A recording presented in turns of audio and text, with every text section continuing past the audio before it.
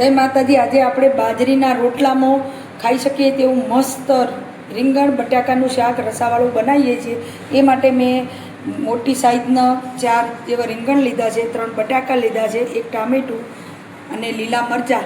આમાંથી આપણે બાજરીના રોટલા માટેની સરસ રેસીપી બનાવીશું।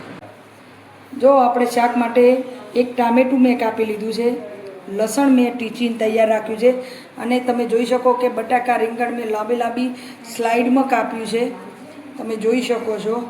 અને મરચું મીઠું હળદર। હવે મેં કુકરની અંદર 2 મોટી ચમચી તેલ લીધું છે।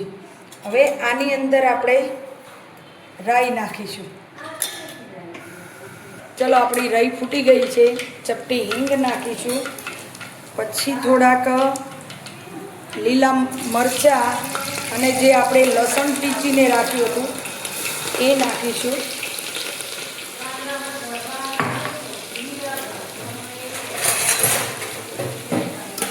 આપણે હવે લસણનો કલર બદલાઈ ગયો છે એટલે ટામેટું નાખી દઈશું।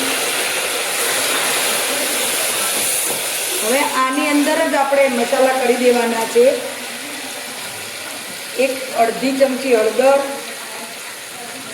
1 ચમચી લાલ મરચું, 1/2 ચમચી મીઠું। હવે આ મસાલાને આપણે હલાવી દઈશું અને હવે આપણે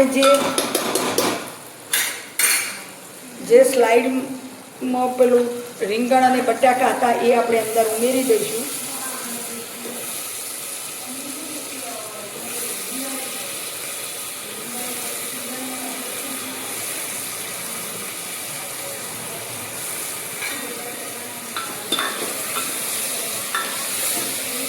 શાકને આપણે ઉપર નીચે કરીને હલાવી દઈશું। હવે થોડી વાર તેલ ચડે ત્યાં સુધી શાકમાં ચડે ત્યાં સુધી ચડવા દઈશું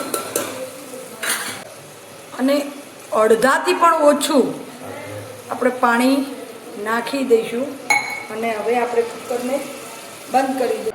જો તમે જોઈ શકો છો કે કેવું સરસ મજાનું તેલ પણ ઉપર આવી ગયું છે। હવે આને આપણે ગાર્નિશિંગ કરીશું।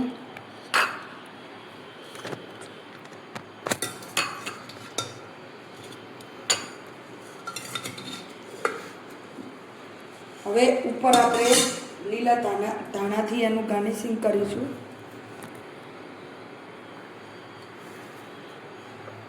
તો તમે જોઈ શકો છો કે સરસ મજાનું બાજરીના રોટલા સાથે કોઈ ગેસ્ટ આવ્યું હોય તો પણ આપણે સરસ મજાનું રીંગણ બટાકાનું રસાવાળું શાક તૈયાર છે।